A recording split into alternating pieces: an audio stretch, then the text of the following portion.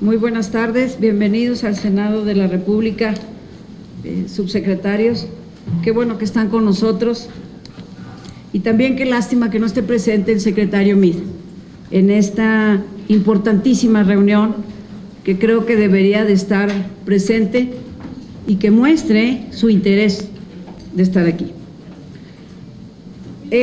Quité las preguntas, senadora Padierna, porque casi son similares a algunas que pude, así es que si repito, pues ustedes comprenderán que más o menos va por ahí.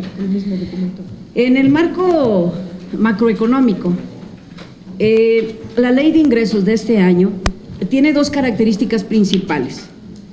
El primero está sujeto y es dependiente de variables económicas y financieras que son volátiles, como lo mencionó la subsecretaria, y están fuera de control del gobierno. Y en segundo, tiene objetivos que son incompatibles entre sí, haciendo inviable las estimaciones generales para determinar las fuentes de ingresos públicos para el próximo año. De esta forma, el marco macroeconómico es en dos puntos principales, dependientes de variables volátiles e inciertas y de objetivos incompatibles. Ustedes hablan de un crecimiento económico de 2.5% para el 2018.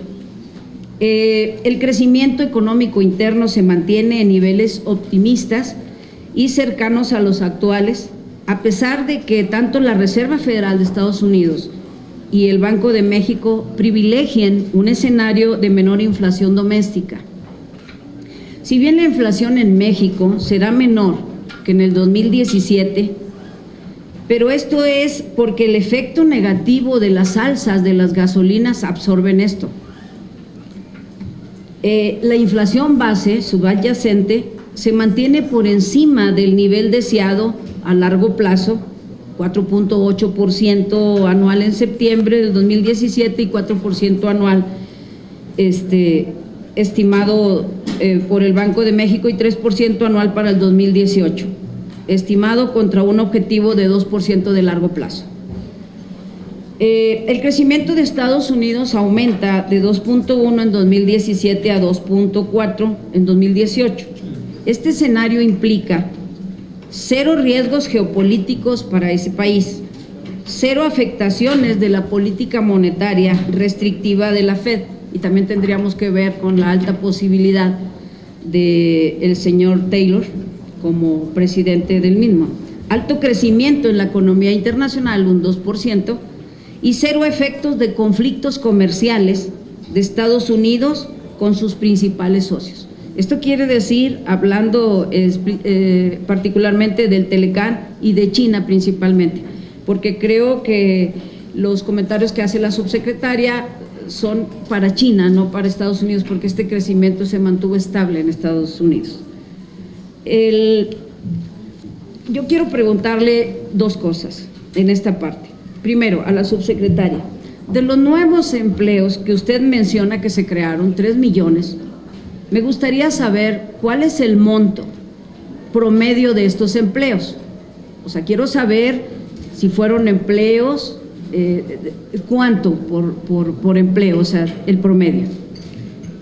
Y la otra pregunta es, ¿se puede lograr una meta de crecimiento como lo proponen, al mismo tiempo tener a Banjico y a la Fed subiendo tasas para mitigar la inflación? Esa es la segunda pregunta. Luego, y ya no me voy a meter que si el Brexit y que Cataluña y la volatilidad del euro y esas cosas, mejor así lo dejo. Porque mire, la salida del Telecán tendría un impacto al menos del 2% del PIB y el costo asociado a los sismos se estima que será en un 1% del PIB, porque también tenemos que considerar cómo se va a estancar la economía, en cuántos años, que no va a alcanzar la productividad que al menos tenían los estados antes del sismo. Del tipo de cambio nominal, después de que le hace este ajuste la Cámara de Diputados de 8.1 a de 18.1 a 18.4, este escenario presupone varias cosas. Primero, que el efecto neto de dicho cambio, o sea, los beneficios en pesos de los ingresos adicionales en pesos de productos exportables, le hace petróleo, son superiores al mayor costo que se genera con el nuevo tipo de cambio, también en pesos, por concepto de servicio y amortización de la deuda o de deuda, que el efecto de una potencial cancelación o modificación no favorable del Telecán frente a Estados Unidos es bajo o nulo, que la política monetaria de Estados Unidos se mantiene sin cambio y o es neutral a corto plazo, de 2018. La Fed ya indicó que privilegia acomodar un crecimiento económico sostenido sin inflación, la cual da mayor probabilidad a una alza de los réditos en el 2018. Que la política fiscal en Estados Unidos se mantiene sin cambios y que la iniciativa de la reforma del presidente Trump no afecta los flujos financieros y de inversión directa de ese país en México, y que no hay riesgos geopolíticos como hace rato lo dije. Pregunto, ¿el nivel estimado del tipo de cambio para México que proponen en la ley lo vemos muy bajo? Si el tipo de cambio resulta ser más alto en el 2018, los ingresos petroleros aumentan en pesos, pero el costo de la deuda también. Quiero saber cuál es el efecto neto de ambos, según sus estimaciones. Referente al precio del petróleo, en mi opinión, no hay escenarios alternativos en caso, lo que acabo de mencionar, del que el Telecán sufra una modificación seria o incluso se dé por terminado.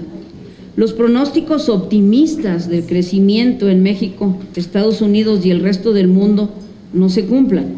Y 3, si hay algún otro riesgo geopolítico que impida la realización de los pronósticos de la ley.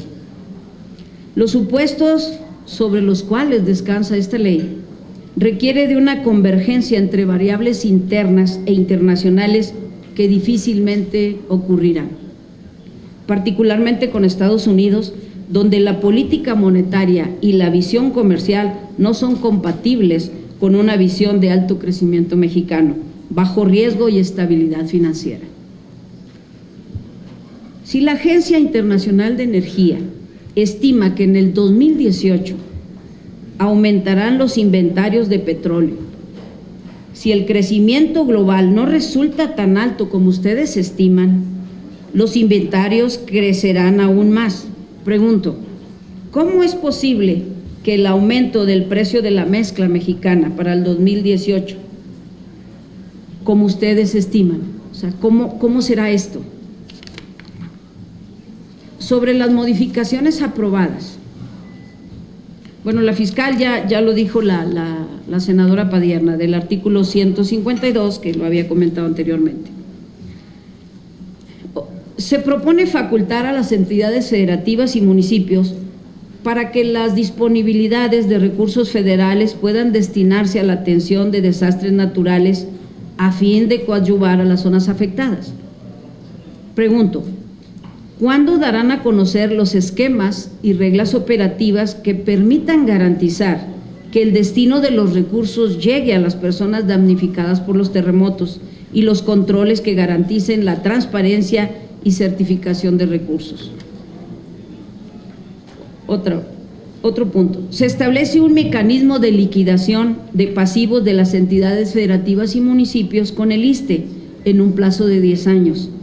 La disposición es con carácter de transitorio. Pregunto, ¿se requiere proporcionar la estructura, montos y condiciones de los pasivos, así como identificar a las entidades federativas y municipios con estos adeudos? También quito otra parte que ya comentó la senadora, y aquí no es pregunta, aquí quisiera que me comentaran este punto, por favor. La Semarnat y la Secretaría de Hacienda y Crédito Público han acordado utilizar como instrumentos aproximados a los certificados de tipo CER, certificados de emisiones de gases con efecto invernadero, bajo el mecanismo de desarrollo limpio de la Convención Marco de la ONU sobre Cambio Climático.